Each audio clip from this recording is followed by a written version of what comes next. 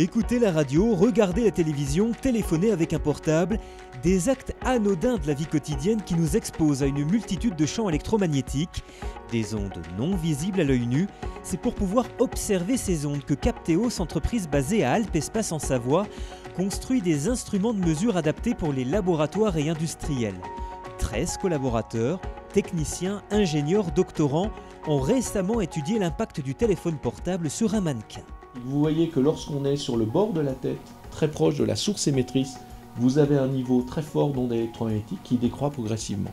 Ça, c'est exactement le type d'image que l'on est capable de faire alors dans une tête d'un fantôme pour des applications normatives, à savoir est-ce qu'on expose trop ou pas assez un individu à une source de rayonnement, mais pour toute application dans l'aide à la conception pour un industriel, ça pourrait être sur un isolateur haute tension, on peut faire la même image. Avant, les mesures étaient effectuées avec de simples antennes. Maintenant, la technologie optique a pris le relais. Créé en 2009, Capteos compte déjà une dizaine de clients en Europe et aux États-Unis et espère atteindre le million d'euros de chiffre d'affaires en 2017.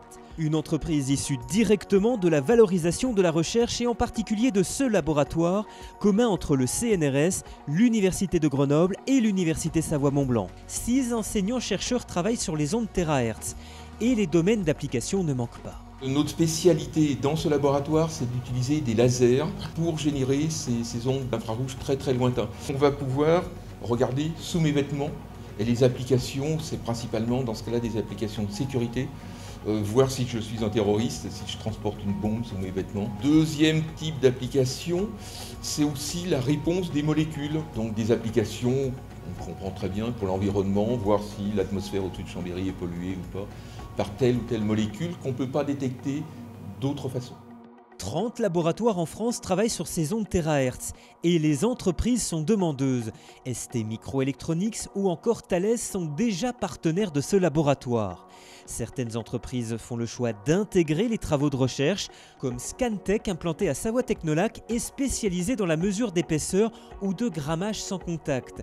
15 millions d'euros de chiffre d'affaires dans le monde et des bénéfices. On a été les premiers et puis jusqu'à récemment les seuls à proposer une mesure en rayon X basse énergie, ce qui a des avantages au niveau législation parce qu'on est en dessous des normes de rayonnement ionisant. En fait, on réinvestit quasiment tous nos bénéfices en recherche et développement.